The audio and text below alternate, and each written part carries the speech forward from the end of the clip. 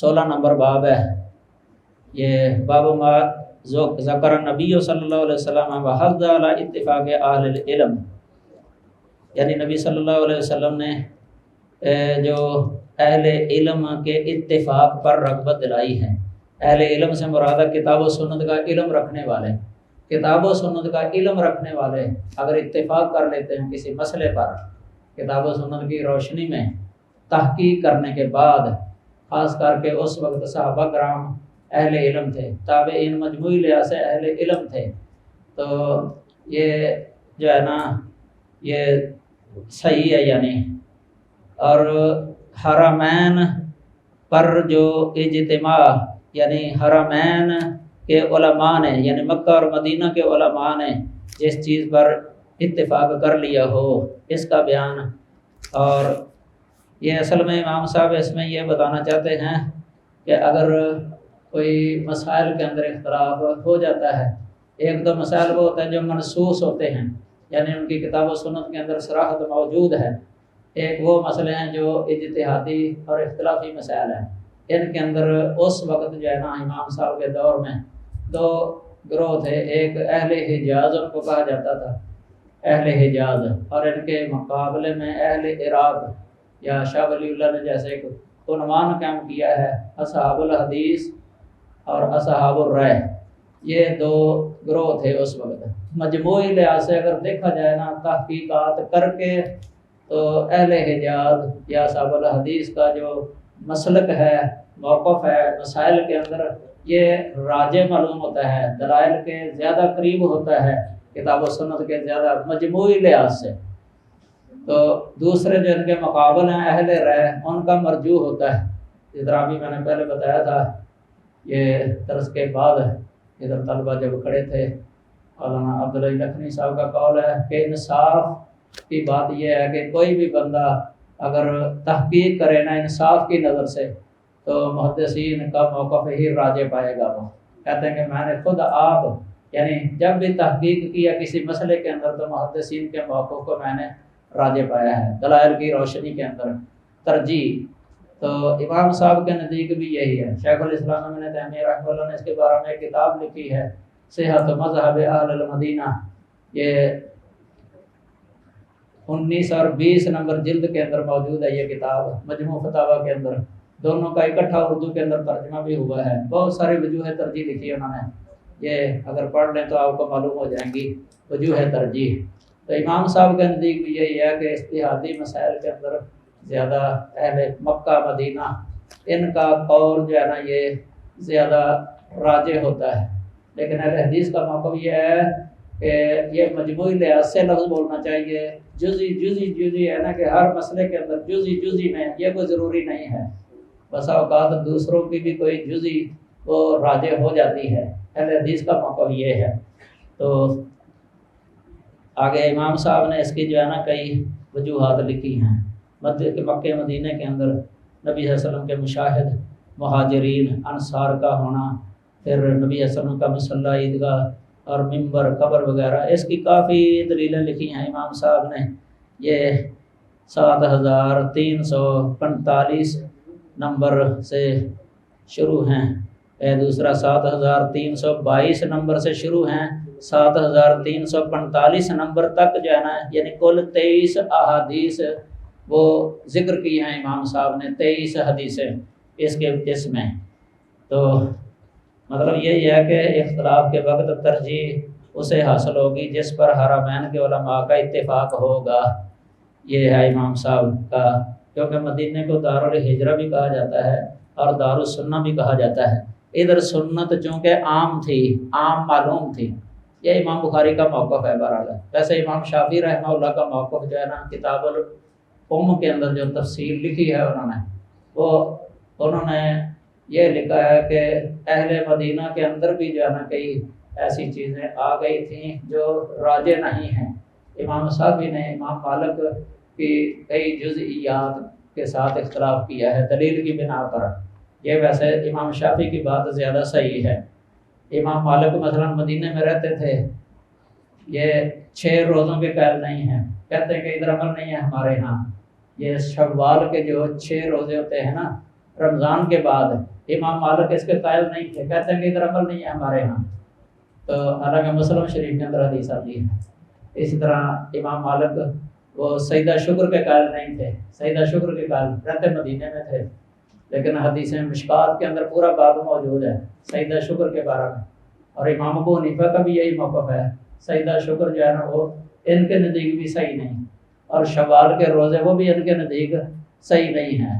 ادھر یعنی عراق والوں کا بھی قول ٹھیک نہیں ہے، ادھر امام مالک مدینے میں رہتے ان کا بھی قول ٹھیک نہیں ہے۔ محدثین کا موقف جو ہے نا وہ صحیح ہے۔ مسلم کے اندر حدیث کی کتابوں میں ہم نے تو حدیث کی کتابوں کو دیکھنا ہے نا، اس لیے امام شافعی نے بہت ساری مثالیں ذکر کی ہیں۔ جو مدینے کے اندر عمل نہیں تھا تو دوسرے شہروں کے اندر عمل تھا ان پر، کیونکہ صحابہ کرام تو وہ پھیل گئے تھے نا، حدیثیں کسی کے پاس کتنی تھی کسی کے پاس کتنی، جن علاقوں میں گئے ادھر حدیثیں پھیلی ہیں، تو کئی مدینے میں ان کو پتہ نہیں تھا حدیثوں کا، مدینے کے اندر رہ کے یہ اصل اس میں اور بھی تفصیلات ہیں۔ تو آگے جو ہے نا یہ باب نمبر ہے 17، باب قولہ تعالی لیس لک من الامر شیء او یتوب علیہم، سورہ آل عمران 128 نمبر آیت کریمہ۔ اس میں امام صاحب نے یہ ثابت کیا ہے کہ یہ تشریع کا جو مقام ہے نا یہ صرف اللہ کے لیے، تشریع کا اختیار، تشریع کا اختیار یہ اللہ کا حق ہے اور اس کے اختیار میں ہے۔ آپ جو بھی بیان کریں، یعنی نبی صلی اللہ علیہ وسلم وہ مبلغ ہونے کی حیثیت سے ہے، نہ کہ شارع ہونے کی حیثیت سے۔ یہ پہلے میں نے کچھ اس کے بارے میں بیان کر دیا تھا۔ یہ قنوت نازلہ آپ کرتے تھے نا جب احد میں آپ زخمی ہو گئے تھے یا بہت تکلیف پہنچی تھی، اس وقت یہ بعض قبیلوں والوں پر یا 70 قاری جب شہید کر دیے گئے تو ان کے لیے آپ نے قنوت نازلہ کی، 1 مہینے تک کرتے رہے، پھر اللہ نے یہ آیت نازل کر دی، پھر آپ رک گئے تھے۔ کئیوں نے یہاں سے یہ نکال لیا کہ یہ منسوخ ہی ہو گیا ہے، حالانکہ یہ صحیح نہیں ہے، منسوخ نہیں ہے، یہ ہوتا ہے جب سبب موجود ہو، یہ محکم ہے غیر منسوخ۔ بلکہ فتاوی رضویہ کے اندر 3 جلد میں ایک رسالہ، اس کا رسالہ ہے فتاوی رضویہ کے اندر، تنبیہ الجہال علی فتاوی الجہال یا ان فتاوی الجہال، ان جاہلوں کے فتاوے سے جو ہے نا خبردار کرنا۔ جاہلوں سے وہ لوگ مراد لیے ہیں جو کہتے ہیں کہ قنوت نازلہ منسوخ ہو گئی ہے، ان کا رد کیا ہے فتاوی رضویہ کے اندر، یعنی وہ بھی کہتے ہیں کہ منسوخ نہیں ہے، یہ ثابت ہے۔ بہرحال آگے یہ 18 نمبر باب ہے، یہ امام صاحب نے قرآن کی آیت کے ساتھ ہی باب قائم کیا، وَقَانَ الْإِنسَانُ أَكْثَرَ شَيْءٍ جَدَلًا، سورہ کاف 54 نمبر آیت کریمہ۔ اس میں کتاب و سنت کی دعوت حکمت عملی اور احسن طریق سے دی جائے، یہ ثابت کیا ہے کہ ہم نے کتاب و سنت کی دعوت تو دینی ہے، لیکن اس میں حکمت بھی چاہیے، حکمت عملی، اور احسن طریقہ اختیار کیا جائے، کیونکہ انسان جو ہے نا وہ زیادہ جھگڑالو ہے، اس لیے ایسے کو حکمت کے ساتھ جو ہے نا دعوت دینی چاہیے، جس طرح ادعو الی سبیل ربک بالحکمہ والموعظۃ الحسنہ وجادلہم باللتی ہی احسن۔ اس طرح فرمایا ولا تجادلوا اہل الکتاب الا باللتی ہی احسن، سورہ عنکبوت 46 نمبر آیت کریمہ۔ یہاں 7346 نمبر حدیث، یہ حضرت علی رضی اللہ تعالی عنہ والا واقعہ ذکر کیا ہے۔ جب آپ رات گئے تھے ان کے پاس ان کو جگانے کے لیے کہ رات کا قیام کر لیں، وہ جاگ ہی رہے تھے، تو پھر بھی انہوں نے کہا کہ جب ہماری روحیں اللہ کے ہاتھ میں ہیں، جب اللہ ہمیں اٹھانا چاہے گا اٹھا دے گا، حالانکہ جاگ رہے تھے پھر بھی کہہ رہے تھے کہ جب اللہ ہمیں اٹھانا چاہے گا نا اٹھا دے گا۔ تو یہ ان کا کہنا نبی صلی اللہ علیہ وسلم نے پسند نہیں کیا تھا، اس کو یہ آیت پڑھ دی تھی اس وقت نبی صلی اللہ علیہ وسلم نے، وَقَانَ الْإِنسَانُ أَكْثَرَ شَيْءٍ جَدَلًا، یہ پڑھ کے واپس آ گئے، کیونکہ انہوں نے جو ہے نا تقدیر کا سہارا لینا چاہا تھا، تقدیر کا سہارا۔ اس لیے شریعت کے اندر تقدیر کا سہارا لینا یہ درست نہیں ہے۔ ایک تشریع ہوتی ہے نا، یہ شیخ الاسلام نے اس کی کافی تفصیل لکھی ہے تدمریہ کے آخر میں، تشریع کا باب اور ہے اور تقدیر کا باب اور ہے، دونوں میں فرق ہے۔ یعنی تشریع کو تقدیر کے بہانے یہ ترک کرنا ٹھیک نہیں ہے، یہ جبریہ کا قول ہے، جبریہ کا، اس میں بھی تفصیل ہے۔ یہ آگے باب نمبر ہے یہ 19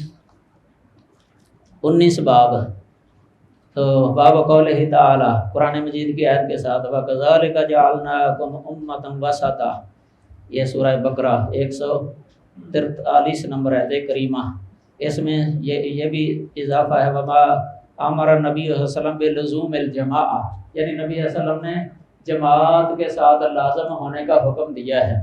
وہم اہل العلم، اور اس جماعت سے مراد اہل علم ہیں، اہل علم یعنی جو کتاب و سنت والے علماء ہوتے ہیں نا، عوام کو چاہیے کہ ان کے ساتھ رہیں، لازم رہیں ان کے ساتھ، تاکہ ان کی صحیح رہنمائی ہوتی رہے۔ جو صحیح اصلی علماء کو چھوڑ بیٹھتے ہیں نا، جو کتاب و سنت والے علماء نہیں ہوتے، ان کو اپنا مقتدا بنا لیتے ہیں نا، وہ کتاب و سنت کو چھوڑ بیٹھتے ہیں، اس لیے وہ مختلف طریقے اختیار کر لیتے ہیں، مختلف فرقوں کے اندر پڑ جاتے ہیں، جو حق سے دور ہوتے ہیں۔ یہ نقصان ہوتا ہے۔ عوام کو جو ہے نا اہل علم کے ساتھ رہنا چاہیے، لازم پکڑے رکھیں تاکہ ان کی صحیح رہنمائی ہوتی رہے، یہ ہے۔ اور آگے باب نمبر 20، باب نے اذا اجتہد العامل او الحاکم فاخطا خلاف الرسول صلی اللہ علیہ وسلم من غیر علم فحکمہ مردود، یہ پہلے بھی بتایا تھا، یعنی کوئی اجتہاد کوشش کی ہے اپنی طرف سے پوری حق تک پہنچنے کے لیے، لیکن اس کوشش کے اندر جو ہے نا پھر بھی جو ہے نا حق تک رسائی نہیں ہو سکی، تو غلطی ہو گئی ہے، رسول اللہ صلی اللہ علیہ وسلم کے خلاف بات کہہ بیٹھا ہے یا اختیار کر بیٹھا ہے یا عمل کر بیٹھا ہے، من غیر علم کے بغیر غلطی سے، فحکمہ مردود، یعنی یہ نہیں کہا جائے گا کہ اگر اس سے غلطی ہو گئی ہے نا تو اس کا قول صحیح ہے۔ یہ جس کو پتہ چل جائے نا بعد میں کہ اس سے غلطی ہوئی ہے، وہ یہ نہ کہے کہ اس کا قول صحیح ہے، یہ کہے کہ اس سے غلطی ہو گئی۔ یہ تقلید کا نتیجہ ہے کہ جس کی تقلید شخصی کی جاتی ہے نا، اس کے قول کو اگر غلطی بھی ہوئی ہے نا تو صحیح سمجھ لیا جاتا ہے، اس کو مقبول سمجھ لیا جاتا ہے۔ تو امام بخاری فرماتے ہیں کہ وہ مردود ہے، یعنی اس کا حکم جو ہے نا رد کیا جائے گا۔ اس پہ یہ حدیث لکھی ہے من عمل عملا لیس علیہ امرنا فہو رد، یہ حدیث ویسے مسلم شریف کے اندر آئی ہے، امام صاحب نے باب کے اندر ذکر کی ہے، سند نہیں ذکر کی اس کی، حدیث صحیح ہے ویسے، لیکن امام صاحب کی شرط کے مطابق نہیں تھی، مسلم میں یہ سند کے ساتھ ہے، ادھر ذکر کر دیا امام صاحب نے باب کے اندر۔ ادھر یہ حدیث ذکر کیا کہ ایک دفعہ نبی صلی اللہ علیہ وسلم نے ایک آدمی کو خیبر کی طرف بھیجا تھا، اس نے وہاں لا علمی میں ایک سودی معاملہ کر دیا تھا، سودی معاملہ، اس کو پتہ نہیں تھا، بعد میں آگے مدینے میں کہنے لگے کہ اللہ کے رسول میں نے یہ معاملہ کیا ہے۔ آپ نے جب اسے یعنی معلوم کیا کون سا معاملہ، تو فرمایا کہ یہ تو سود ہے، آپ نے رد کر دیا تھا، یہ رد کر دیا تھا۔ اس سے امام صاحب نے یہ مسئلہ نکالا ہے کہ اگر غلطی سے لا علمی سے ہو جائے نا تو وہ مقبول نہیں ہے، وہ رد ہے۔ یہ آگے یہ کتاب الاحکام کے اندر پہلے بھی امام صاحب نے اسی طرح کا ایک باب قائم کیا تھا، وہ اس کا بھی مطلب یہی تھا، اس میں یہ بالکل ادھر تو خلاف رسول لفظ بولا نا کہ رسول اللہ کے خلاف، ادھر امام صاحب نے خلاف اہل علم لفظ بولا ہے کہ اہل علم کے خلاف ہے، پھر بھی ادھر بھی فہو رد کہا ہے۔ تو آگے باب نمبر 21، باب اجر الحاکم، یہ ویسے پہلے بیان ہو چکا ہے کہ جو اجتہاد کرتا ہے، اجتہاد میں خطا ہو جاتی ہے نا، اس کو ایک اجر مل جاتا ہے، اگر غلطی نہ ہوئی ہو، درستگی کو پہنچ جائے تو 2 اجر ملتے ہیں اس کو، یہ امام صاحب نے ادھر بیان کیا ہے۔ لیکن یہ کہتا ہے کل مجتہد یصیب و یخطئ، یہ صحیح قول ہے۔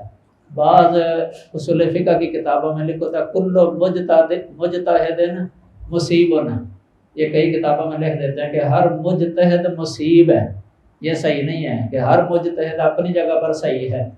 اس بات نے جو ہے نا یہ بہت نقصان کیا ہے، یہ کہنا کہ ہر کوئی اپنی جگہ پر صحیح ہے، یہ حق ایک ہی ہوتا ہے۔ تو امام صاحب نے دیکھو کیسے مسائل جو ہے نا اس کے اندر بیان کیے ہیں، اختلافی مسائل کے اندر، یعنی پہلے تو تلاش کرنی چاہیے، تلاش کرے، کوشش کرے ضروری ہے کہ میں حق تک پہنچ جاؤں، لیکن پوری کوشش کے باوجود اگر خطا ہو جائے نا تو اس کو ہم یہ نہیں کہیں گے کہ یہ گناہ گار ہو گیا ہے، لیکن اس کی خطا کو مقبول نہیں کہا جائے گا کہ یہ درست ہے۔ جس طرح داؤد علیہ السلام اور سلیمان علیہ السلام کا واقعہ قرآن مجید کے اندر ہے، سلیمان کا فیصلہ صحیح تھا زیادہ، داؤد سے خطا ہو گئی تھی، اللہ نے کہا فَفَهَّمْنَاهَا سلیمان، یہ حالانکہ دونوں پیغمبر تھے، اس طرح ہو جاتا ہے۔ تو آگے باب نمبر ہے 22، باب الحجت علی من قال ان احکام النبی صلی اللہ علیہ وسلم کانت ظاہرہ۔ یہاں امام صاحب یہ بتانا چاہتے ہیں کہ یہ جو لوگ کہتے ہیں نا کہ نبی صلی اللہ علیہ وسلم کے جو بیانات تھے نا یہ سارے صحابہ کو پتہ ہوتا تھا، یہ صحیح نہیں ہے۔ اس سے امام صاحب اصل میں یہ ثابت کرنا چاہتے ہیں کہ خبر واحد حجت ہے۔ خبر واحد مثلا ایک صحابی نے حدیث سنی ہے نبی صلی اللہ علیہ وسلم سے، دوسرا صحابی پاس موجود ہی نہیں ہے، اب وہ اکیلا صحابی جہاں جہاں بیان کرے گا نا، کسی بستی میں جائے یا کسی علاقے میں جائے، وہ ان لوگوں پر حجت قائم ہو جائے گی، چاہے وہ عقیدے کے ساتھ تعلق رکھتی ہو یا عمل کے ساتھ تعلق رکھتی ہو، فرضیت ثابت ہوتی ہے اسے یا سنت ثابت ہو رہی ہے اسے، استحباب وغیرہ، جو وہ حجت ہے۔ یہ نہیں کہا جائے گا کہ نہیں متواتر ہونی چاہیے۔ یہ معتزلہ نے اصول نکالا تھا، معتزلہ کہتے خبر واحد نہ عقیدے میں حجت ہے، نہ اسے فرضیت ثابت ہو سکتی ہے، نہ حرمت ثابت ہو سکتی ہے، نہ رکنیت، نہ شرطیت، بس یہ ظنی ہے، ظن کا فائدہ دیتی ہے۔ اس طرح کی باتیں، یہ اصول انہوں نے بنائے ہیں معتزلہ نے۔ محدثین نے کوئی فرق نہیں کیا حدیث کی کتابوں میں، نہ صحابہ کرام فرق کرتے تھے نہ تابعین فرق کرتے تھے۔ امام صاحب اس باب کے اندر جو ہے نا یہ اصل میں ثابت کرنا چاہتے ہیں کہ خبر واحد حجت ہے، متواتر ہونا ضروری نہیں ہے۔ اور کئی بار عام صحابہ کو کسی حدیث کا پتہ نہیں ہوتا تھا، ایک صحابی کو مجلس کے اندر علم ہوتا تھا۔ اس کی بہت ساری مثالیں موجود ہیں، جس طرح ابوبکر صدیق رضی اللہ تعالیٰ عنہ اور عمر، ان دونوں کے علیحدہ علیحدہ واقعہ ہیں۔ جدہ آئی ہے عیسیٰ مانگنے کے لیے اپنے پوتے کا، کسی کو حدیث معلوم نہیں تھی، مغیرہ بن شعبہ نے بتائی ہے حدیث کہ نبی صلی اللہ علیہ وسلم نے جدہ کو، دادی کو 6واں حصہ دیا ہے، اسی کے مطابق انہوں نے فیصلہ کر دیا تھا خبر واحد اکیلی سن کے۔ یہ کتنی واضح دلیل ہے۔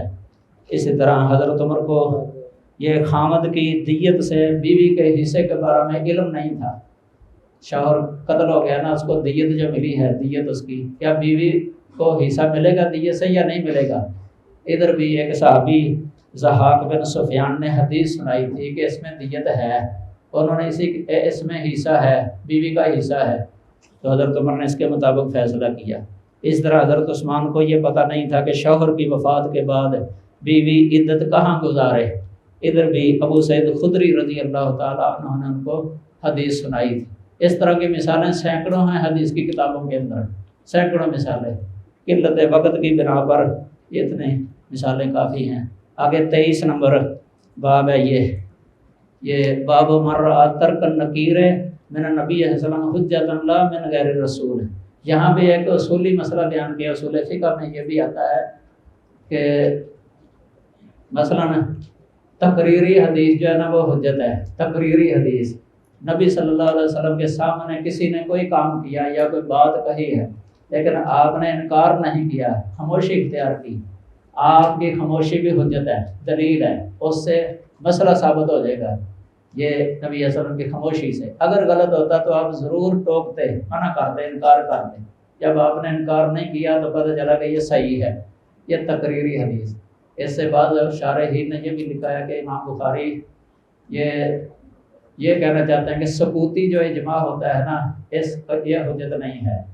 سکوتی اجماع کا مطلب کہ کوئی جو ہے نا خاموش رہے، کوئی جماعت ہی خاموش رہی ہے، کوئی اکیلا بہت بڑا عالم ہے، اس کے سامنے کوئی کام ہوا ہے وہ خاموش رہا، یا کوئی صحابی ہے وہ خاموش رہا، کیا یہ اس کی خاموشی یہ حجت ہے، دلیل ہے؟ تو امام صاحب یہ بتانا چاہتے ہیں کہ یہ دلیل نہیں بنے گی، صرف نبی کا خاصہ ہے، یہ نبی صلی اللہ علیہ وسلم کے ساتھ خاص ہے۔ تقریری حدیث حجت ہے نبی صلی اللہ علیہ وسلم کی۔ اس کی آگے دلیلیں دی ہیں۔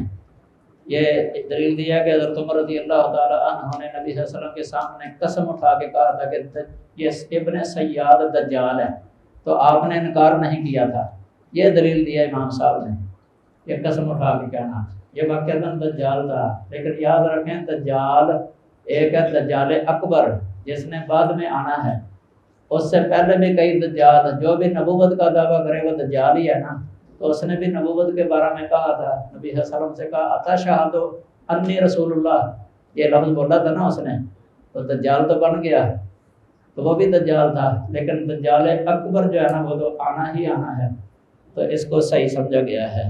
آگے نیا باب ہے 24 نمبر، باب الاحکام التی تعرف بالدلائل وکیف معنی الدلالہ وتفسیرها، یہ بھی اصول فقہ کا مسئلہ ہے، دلائل کے ساتھ احکام شرعیہ کیسے پہچانے جاتے ہیں۔ یہ حکم شرعی جو ہے نا اس کی بنا ہوتی ہے دلیل پر، دلیل کتاب و سنت، یہ کیسے یعنی شرعی حکم اخذ کیا جاتا ہے کتاب و سنت سے۔ یہ صحیح بخاری پڑھیں تو اس سے پتہ چل جاتا ہے بندے کو شرعی حکم استنباط کرنے کا طریقہ بخاری پڑھنے سے، کیونکہ بخاری صرف مجتہد نہیں تھے بلکہ مجتہد گر تھے۔ مولانا ثناء اللہ مرد نصری رحمۃ اللہ کہا کرتے تھے، حافظ محمد گوندلوی رحمۃ اللہ وہ بھی کہتے تھے یہ کہ امام بخاری کو مجتہد گر، یعنی کتاب بھی ایسی لکھی ہے کہ جو اس کو غور سے پڑھ لینا اس کے اندر یہ استعداد پیدا ہو جاتی ہے کہ وہ مجتہد بنے، طریقہ آ جاتا ہے اس کو شرعی احکام اخذ کرنے کا، شرعی احکام حدیثوں سے۔ تو یہاں باب باندھ دیا انہوں نے، تو آگے امام صاحب نے حدیث لکھی، گھوڑے کی 3 قسمیں لکھی ہیں، گھوڑے کی 3 قسمیں، ایک ایسا گھوڑا ہے جس کے رکھنے کا گناہ ہے، ایک گھوڑا ایسا ہے کہ اس کو پالنے کا رکھنے کا ثواب ہے، اور ایک ایسا ہے کہ اتنا گناہ ہے نہ ثواب ہے۔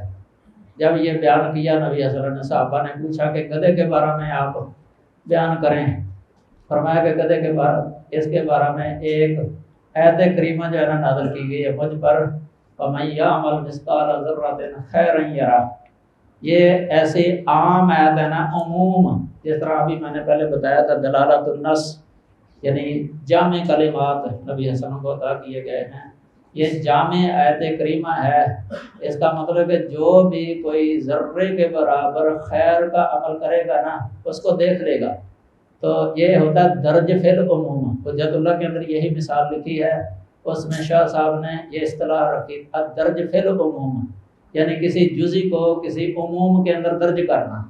یہ گدھا یہ جزی ہے، ایک جزی، اس کو اس میں درج کیا ہے، میں یعمل، کیونکہ اس کے اندر عموم ہے، عام۔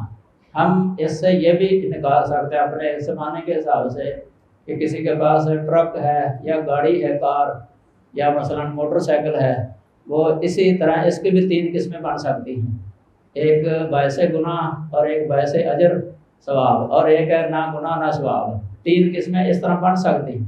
ہم اس سے استنباط یہ کر سکتے ہیں امام بخاری کے بتائے ہوئے طریقے کے مطابق۔ تو یہ ہے اس باب کا مطلب۔ اسی طرح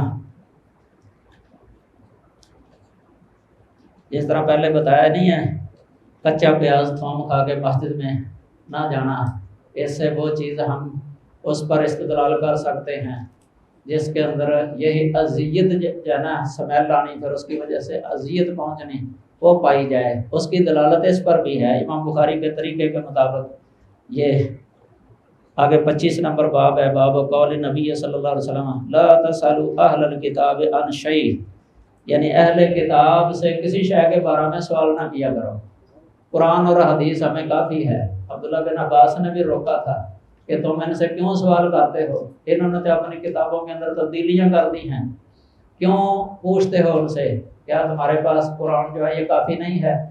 قرآن یہ نئی کتاب ہے جو اللہ تعالیٰ کی طرف سے نازل ہونے والی ہے، اس میں ذرہ سے بھی کوئی آمیزش نہیں ہے کسی اور شے کی، اس لیے اسی پر اکتفا کرو۔ امام صاحب یہ بتانا چاہتے کتاب و سنت پر اکتفا کر لے بندہ تو اس کو کسی سے پوچھنے کی ضرورت ہی نہیں پڑتی۔ آج کل لوگ پوچھتے ہیں آپ اپنی رائے بتائیں، یہ نہیں کہتا کتاب و سنت کے اندر مسئلہ کیسے ہے، اپنی رائے بتائیں، یہ کہہ دیتے اکثر آپ کا کیا خیال ہے، وہ پھر اپنا ہی خیال بتاتے ہیں، اپنی رائے جو ہے نا وہ بتاتے ہیں۔ ابن حزم نے بڑی سختی کی، کہتے ہیں کہ عامی بندے کو یہ نہیں کہنا چاہیے کسی مفتی کے پاس جائے کہ آپ اپنی رائے بتائیں، بلکہ اس پر فرض ہے کہ وہ یہ ہے کہ قرآن اور حدیث کے مطابق مجھے مسئلہ بتا دیں، قرآن اور حدیث کے مطابق مسئلہ بتائیں۔ یہ عامی بندے کا کام ہے کہ وہ یہ کہے، یہ نہ کہے کہ اپنی رائے بتائیں، یہ نہ کہے۔ تو یہ امام صاحب اس طرف اشارہ کرتے ہیں۔ کئی کتابیں ایسی پائی جاتی ہیں ہمارے دور میں، بندہ وہ کتاب پڑھ لے تو صراط مستقیم سے ہٹ جاتا ہے۔ زیادہ کتابیں دنیا کے اندر اس طرح کی ہیں۔ عربی کے اندر تو ایک کتاب چھپی ہے، کتب حذر منها العلماء، 2 جلدوں میں، شیخ ابو عبیدہ مشہور بن حسن آل سلمان، شیخ البانی صاحب کے بڑے محقق شاگرد ہیں، یہ بڑا وسیع مطالعہ ہے ان کا، علم کے پہاڑ لگتے ہیں وہ۔ انہوں نے 2 جلدوں میں ایسی کتاب لکھ دی، عربی کی ایسی کتابیں جو عام بندے کے لیے جو ہے نا نقصان دہ ہیں، یعنی گمراہی کے اندر مبتلا ہو سکتا ہے عام بندہ اگر پڑھ لے۔ بہت ساری کتابوں کا تذکرہ کیا اس نے اس کتاب کے اندر۔ ہمارے اردو کے اندر بھی اس طرح کی کتاب لکھنے کی ضرورت ہے۔ بہت ساری کتابیں عام بندہ پڑھ لے، صراط مستقیم سے وہ ہٹ سکتا ہے، ہٹ جائے گا۔ اس لیے کتاب بھی دیکھ کے پڑھنی چاہیے جو صحیح رہنمائی کرنے والی ہے۔ یہی امام بخاری رحمہ اللہ ادھر جانا بتانا چاہتے ہیں۔ آگے 26 نمبر باب ہے، باب کراہیت الاختلاف۔ یہ پہلے تشریح ہو چکی ہے، میں نے اس وقت بتایا تھا نا کہ آگے ایک باب آنے والا ہے، باب کراہیت الاختلاف، واعتصموا بحبل اللہ جميعا ولا تفرقوا، اس طرح ولا تکونوا من المشرکین من الذین فرقوا دینہم وکانوا شیعا۔ دیکھو نا کتنی مذمت اللہ تعالیٰ نے کی ہے اختلاف کرنے والوں کی۔ تو اطیعوا اللہ ورسولہ ولا تنازعوا، یہ منع کیا اختلاف سے۔ امام صاحب یہ بتانا چاہتے ہیں اختلاف کے نتیجے کے اندر حرم کے اندر 4 مسئلے ہو گئے تھے، 4 مسئلے۔ پہلے ایک جماعت کراتے وہ انتظار کا، وہ ہٹتے تو دوسری جماعت کھڑی ہوتی، وہ ہٹتے تو تیسری، پھر چوتھی، وہ تو الحمدللہ بعد میں ختم کر دیے گئے۔ تو یہ آگے جو ہے نا یہ باب نمبر 27، باب نہی نبی صلی اللہ علیہ وسلم عن التحریم۔ یہ جو ہے نا ایک اصول فقہ کا مسئلہ امام صاحب نے ادھر بیان کیا ہے۔ ایک قاعدہ ہے الامر المطلق للوجوب، اس طرح نہی میں بھی ایک قاعدہ ہے النہی المطلق للوجوب للتحریم، النہی المطلق للتحریم، یعنی مطلق نہی اگر آ جائے حرمت ثابت ہو جاتی ہے۔ اللہ اور اللہ کے رسول کی طرف سے کوئی شے منع آ جائے نا کہ آپ نے منع کیا ہے، حرمت ثابت ہو گئی۔ اگر امر آ جائے، حکم دیا ہے، تو وجوب فرضیت ثابت ہو گئی۔ ہاں امام صاحب یہ ذکر کر رہے ہیں کہ اگر کوئی قرینہ آ جائے نا ساتھ، قرینہ یعنی کوئی ایسی دلیل آ جائے جو حرمت سے پھیرنے والی ہے کراہیت کی طرف یا اباحت کی طرف، تو وہاں پھر حرمت نہیں کہا جائے گا۔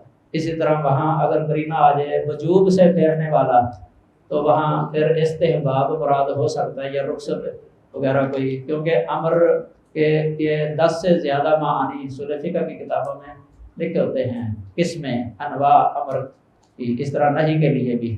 تو یہاں امام صاحب نے یہ اصول بیان کیا ہے، اور یہ قرآن سے ثابت ہے، فَلْيَحْذَرِ الَّذِينَ يُخَالِفُونَ عَنْ أَمْرِهِ أَنْ تُصِيبَهُمْ فِتْنَةٌ۔ یہ آیت ہے، یہ نور الانوار کے اندر بھی لکھی ہوئی یہی آیت، اسی قاعدے کے تحت نور الانوار ہے نا اصول فقہ کی کتاب، اس میں یہی آیت لکھی ہے۔ اور وجوب کے لیے یہ وہ جو حج والی آیت ہے، اگر آپ ہاں کہہ دیتے نا، حکم دے دیتے ہر سال حج واجب ہو جائے۔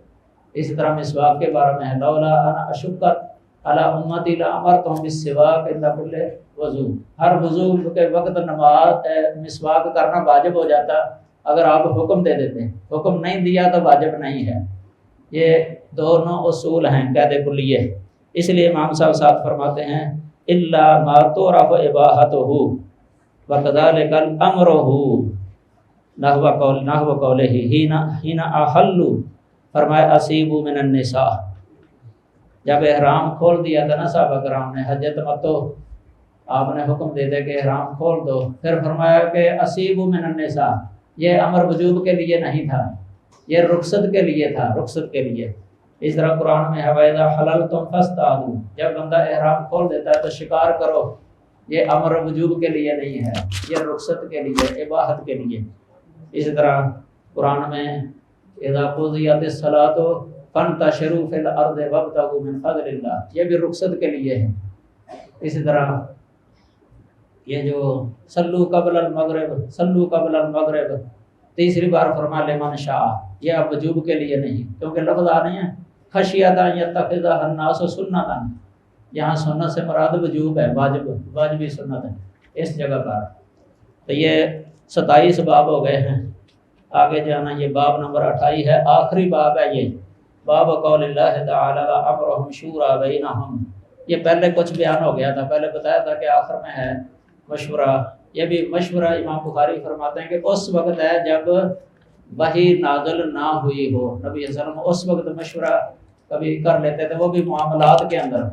لیکن اگر کوئی شرعی مسئلہ ہے نا، اس کے بارے میں وحی نہیں، وہاں پہلے ذکر ہو گیا، یا تو آپ خاموشی اختیار کرتے تھے یا لا ادری کہہ دیتے تھے، لیکن یہ معاملات کے اندر ہے، معاملات کے اندر یہ مشورہ کر لیتے تھے۔ لیکن اگر اسی کے بارے میں کوئی حکم نازل ہوتا پھر مشورہ نہیں کرتے تھے اس وقت، کہ اس وقت میں نے بتایا تھا امام بخاری نے یہ دلیل دی ہے ام المومنین عائشہ رضی اللہ تعالی عنہا کے بارے میں جو مشورے لیے تھے آپ نے، وہ آیات برات نازل ہونے سے پہلے، لیکن جب آیات نازل ہو گئی تھی اس وقت آپ نے کسی سے کوئی مشورہ نہیں کیا تھا۔ یہ آخری باب ہے۔ اللہ تعالی ہمیں کتاب و سنت کے مطابق عقیدہ رکھنے اور عمل کرنے کی توفیق عطا فرمائے، اور ہماری یہ جو پڑھی ہوئی کتاب ہے ہمیں بھی کتاب و سنت کو مضبوطی سے پکڑنے کی توفیق عطا فرمائے، اور اسی منہج پر چلنے کی توفیق عطا فرمائے جو منہج ہے کتاب و سنت، العمل بالحدیث، العمل بالکتاب و سنہ، یہی صراط مستقیم ہے۔ باقی طرق تو بہت ہے دنیا کے اندر جنہوں نے اس طریقے کو چھوڑ کے کئی طریقے اختیار کر لیے ہیں، اللہ تعالی ہمیں ان سب سے بچا کے رکھے۔ یہ سند کے آخر میں بھی وصیت لکھی ہوئی ہے اسی کی، اللہ تعالیٰ آپ کا ادھر آنا قبول فرمائے، آپ کے علم کے اندر بھی برکت عطا فرمائے، عمر کے اندر بھی برکت عطا فرمائے، اور آپ کے والدین کو اجر عظیم عطا فرمائے۔ وآخر دعوانا ان الحمدللہ رب العالمین۔ اگر کوئی خطا ہو گئی ہو تو اللہ تعالیٰ معاف فرما دے۔ الحمدللہ والصلاة والسلام علی رسول اللہ، اما بعد۔ بسم اللہ الرحمن الرحیم۔ کتاب الاعتصام بالکتاب والسنہ۔ حدثنا الحمیدی حدثنا سفیان عن بسعر وغیرہ عن قیس بن مسلم عن طارق بن شهاب قال قال رجل من اليهود لعمر يا أمير المؤمنين لو علينا نزلت هذه الآية اليوم أكملت لكم دينكم وأتممت عليكم نعمتي ورضيت لكم الإسلام دينا لاتخذنا ذلك اليوم عيدا. فقال عمر إني لا أعلم أي يوم نزلت هذه الآية، نزلت يوم عرفة في يوم جمعة. سمع سفيان من مسعر ومسعر قيسا وقيس طارقا. حدثنا يحيى بن بكير قال حدثنا الليث عن عقيل عن ابن شهاب أخبرني أنس بن مالك أنه سمع عمر الغداء حين بايع المسلمون أبا بكر واستوى على منبر رسول الله صلى الله عليه وسلم تشهد قبل أبي بكر فقال أما بعد فاختار الله لرسوله الذي عنده على الذي عندكم وهذا الكتاب الذي هدى الله به رسولكم فخذوا به تهتدوا وإنما هدى الله به رسوله. حدثنا موسى بن إسماعيل حدثنا وهيب عن خالد عن إكرمة عن ابن عباس قال ضمني إليه النبي صلى الله عليه وسلم وقال اللهم علمه الكتاب. حدثنا عبد الله بن صباح حدثنا معتمر قال سمعت عوفا أن أبا المنهال حدثه أنها سمع أبا برزة قال إن الله يغنيكم أو نعشكم بالإسلام وبمحمد صلى الله عليه وسلم. حدثنا إسماعيل حدثني مالك عن عبد الله بن دينار أن عبد الله بن عمرو كتب إلى عبد الملك بن مروان يبايعه وأخب بذلك بالسمع والطاعة على سنة الله وسنة رسوله فيما استطعت. باب قول النبي صلى الله عليه وسلم بعثت بجوامع الكلم. حدثنا عبد العزيز بن عبد الله حدثنا إبراهيم بن سعد عن ابن شهاب عن سعيد بن المسيب عن أبي هريرة رضي الله تعالى عنه أن رسول الله صلى الله عليه وسلم قال بعثت بجوامع الكلم ونصرت بالرعب وبينما أنا نائم رأيتني أتيت بمفاتح خزائن الأرض فوضعت في يدي. قال أبو هريرة فقد ذهب رسول الله صلى الله عليه وسلم وأنتم تلغثونها أو ترغشونها أو كلمة تشبهها. حدثنا عبد العزيز بن عبد الله حدثنا الليث عن سعيد عن أبيه عن أبي هريرة عن النبي صلى الله عليه وسلم قال ما من الأنبياء نبي إلا أعطي من الآيات ما مثله أو آمن عليه البشر وإنما أؤمن أو آمن عليه البشر، وإنما كان الذي أوتيت وحيا أوحاه الله إلي، فأرجو أني أكثرهم تابعا يوم القيامة. باب الاقتداء بسنن رسول الله صلى الله عليه وسلم، وقول الله تعالى: وجعلنا للمتقين إماما. قال أئمة: نقتدي بمن قبلنا ويقتدي بنا من بعدنا. وقال ابن عون: ثلاث أحبهن لنفسي ولإخواني هذه السنة أن يتعلموها ويسألوا عنها، والقرآن أن يتفهموه ويسألوا عنه ويدعوا الناس إلا من خير.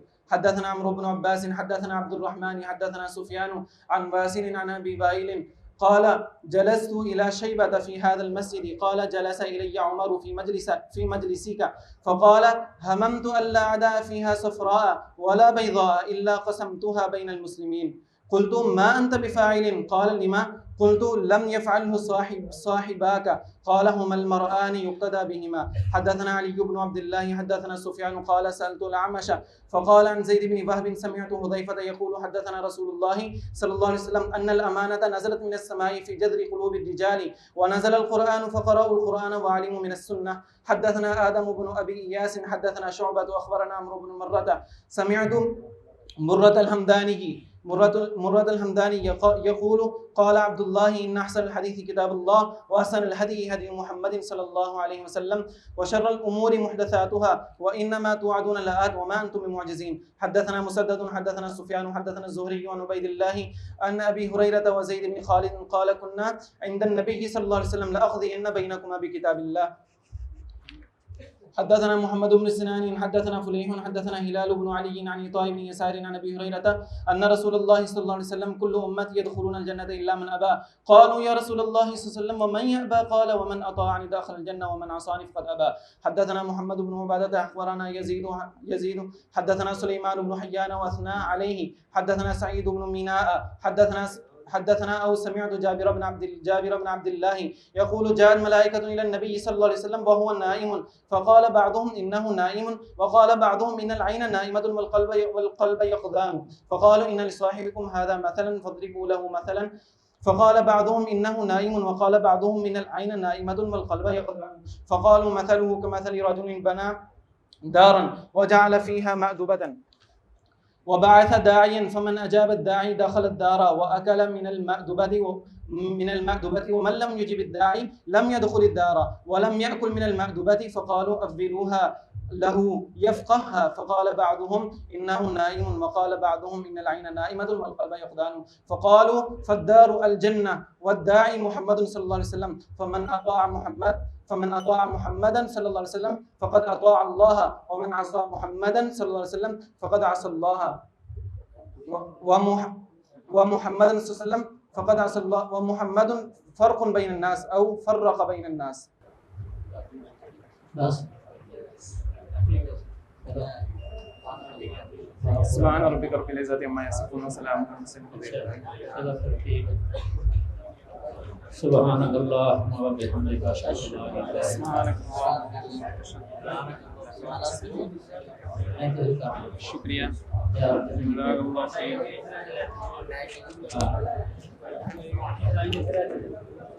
میں تو لے پا جانا میں نہیں میں کھڑا ہے.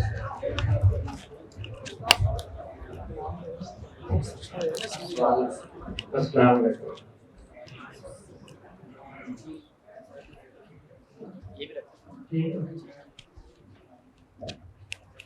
ابھی آپ نے جو بھی سنا ہے اسی سے بعض سوالات ہوں گے، مختصر سوال ہوں گے، جو بھائی صحیح جواب دے گا انہیں انشاءاللہ انعام دیا جائے گا.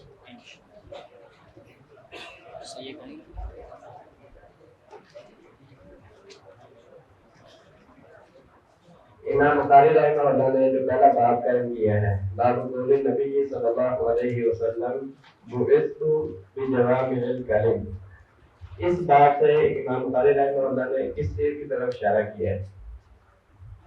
پہلا باب ایک اعتراض کا جواب دیا ہے، ایک اشکال کا جواب دیا ہے.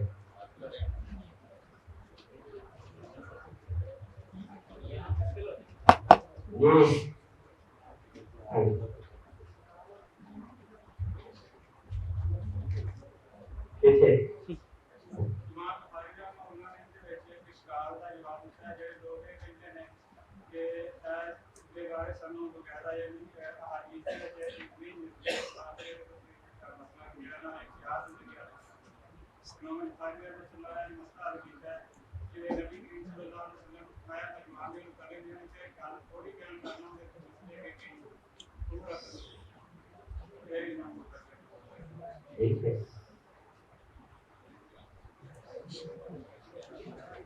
ٹھیک ہے ٹھیک ہے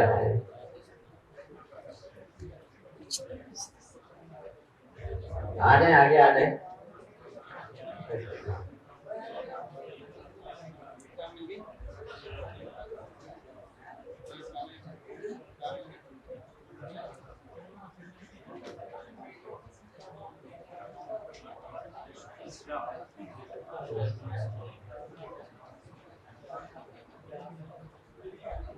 اصلاحی رنگ پہ بیان کرنا بنانے کا ہدایت قدم چلیے ہدایت قدم چلیے. جی امام بخاری رحمہ اللہ نے باب قائم کیا ہے باب من شکہ اصلا معلوما باصل مبین. اس بات سے امام بخاری رحمہ اللہ کس بات کی طرف اشارہ کر رہے ہیں؟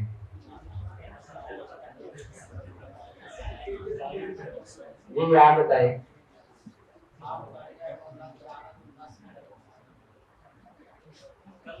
مکمل جواب کریں.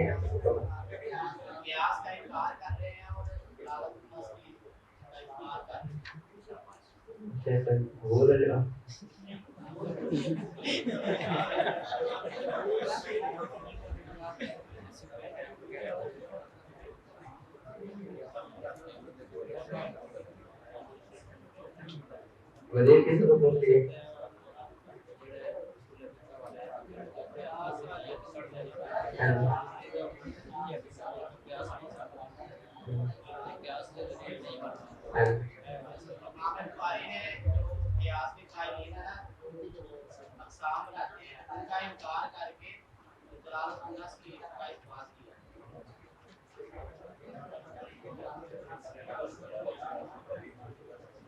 ہاں جی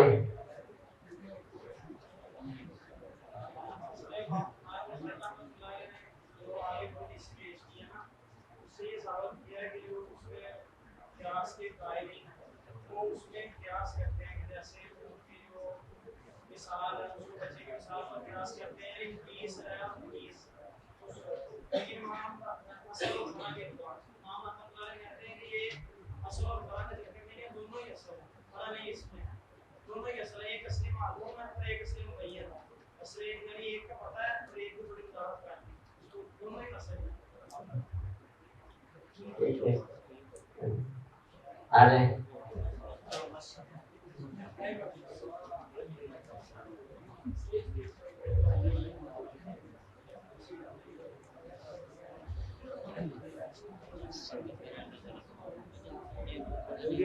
قیاس کے جو قائلین ہیں نا وہ ان دو حدیث سے دلیل لیتے ہیں نا. امام بخاری یہ بتانا چاہتے ہیں کہ ان سے دلیل نہیں نکلتی قیاس پر یہ دلالت نہیں کرتی وہ بتانا چاہتے ہیں.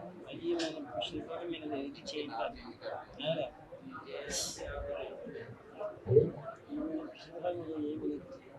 ٹھیک ٹھیک ہے.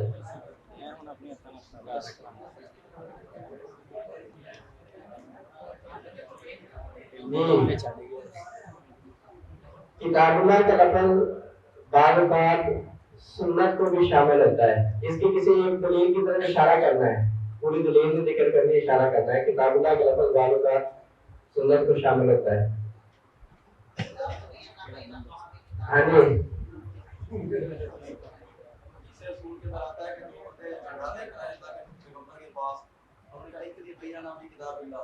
اللہ کے پیغمبر نے کہا لا تدین بینکما بکتاب اللہ, تمہارے درمیان کتاب اللہ کا فیصلہ کروں گا. اس میں اللہ کے پیغمبر نے دو چیزیں بتلائیں, 100 گھوڑا اور ایک سال کی جلا وطنی. اب 100 گھوڑا تو قرآن میں موجود ہے لیکن سال کی جلا وطنی موجود نہیں ہے. اس سے ثابت ہوتا ہے کتاب اللہ سے قرآن سنت رسول مراد.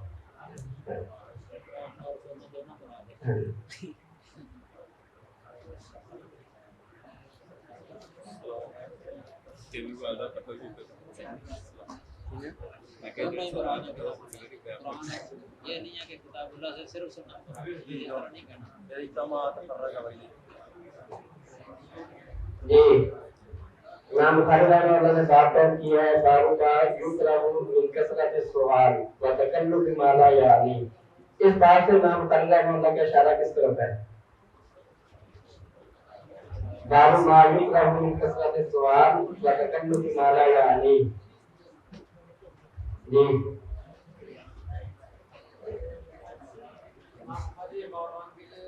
ثابت کرنا چاہ رہے ہیں کہ کثرت سوال سے بچنا چاہیے، یعنی اس طرح کے سوال میں فرضی ہم مسئلہ نہ پیش آیا اس طرح کے سوال نہیں کرنے چاہیے، اور اس طرح کے جواب دینے میں تو تکلفی احتمالات سے جواب دینا۔ ایسا ویسے اس وقت ہو رہا تھا یا کوئی ایسے لوگ تھے جو ایسا کر رہے تھے؟ جی اس دور میں بھی ایسے لوگ تھے، اور اس دور میں جو اہل رائے نے انہوں نے کتابیں لکھی ہیں۔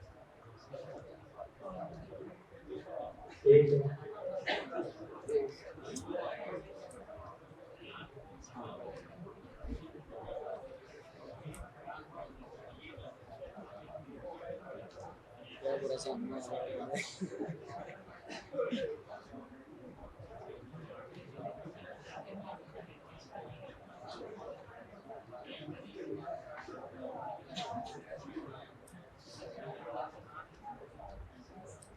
سنت سیئہ اور بدعت میں فرق۔ جی وہ پیچھے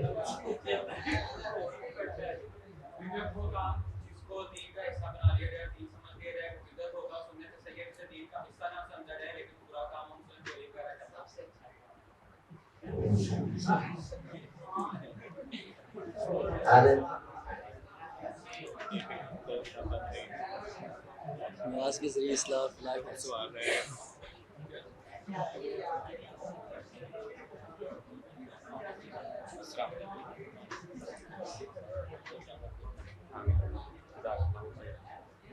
شیخ صاحب نے شروع میں کتاب الاعتصام بالکتاب والسنہ، الاعتصام بالکتاب والسنہ کا مفہوم بیان کیا تھا مختصر لفظوں میں۔ الاعتصام بالکتاب والسنہ ایک میں ہاتھ کھڑا کرنا چاہیے۔ جی کتاب اعتصام و سنہ کا معنی ہے جس کے مجرد اللہ تعالیٰ نے قرآن پاک میں فرمایا اللہ یعصمک من الناس، اللہ آپ کو لوگوں سے بچائے گا۔ اس طرح جو بندہ اعتصام کتاب و سنہ کا اختیار کرتا ہوا چلے گا اللہ اس کو جہنم کے قبر کے عذاب سے بھی بچا لے گا اور بندہ فتنوں سے بچ جائے گا۔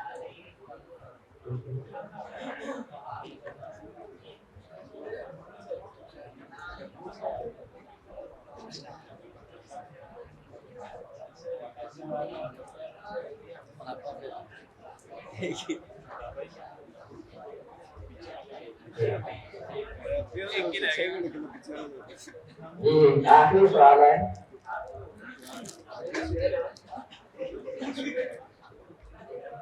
امام بخاری رحمہ اللہ نے باب کا کیا باب قولی تعالی وکان الانسان اکثر شیء جدلا۔ یہ آیت نبی صلی اللہ علیہ وسلم نے کس موقع پر پڑھی تھی؟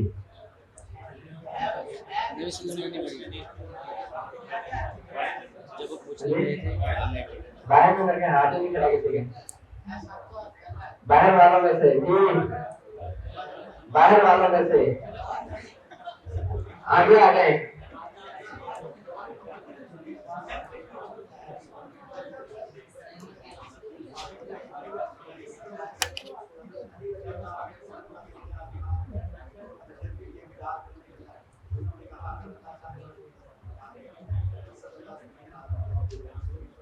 شیخ صاحب نے یہاں ایک بات ذکر کی تھی کہ اس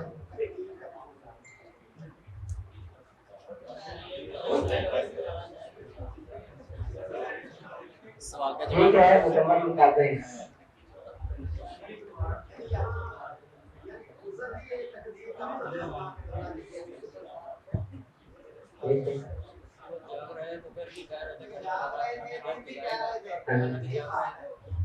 تقدیر کا اصل میں یہ دوسرا سوال ہے، اس کے لیے الگ کتاب ہوتی ہے۔ پہلے سوال کا جواب ملا۔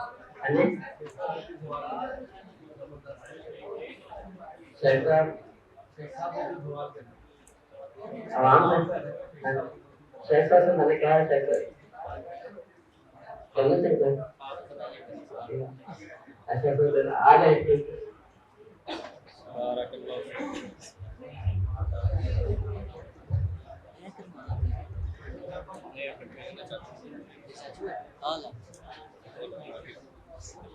بخاری نے یہ کتاب پر کتنے سال لگائے؟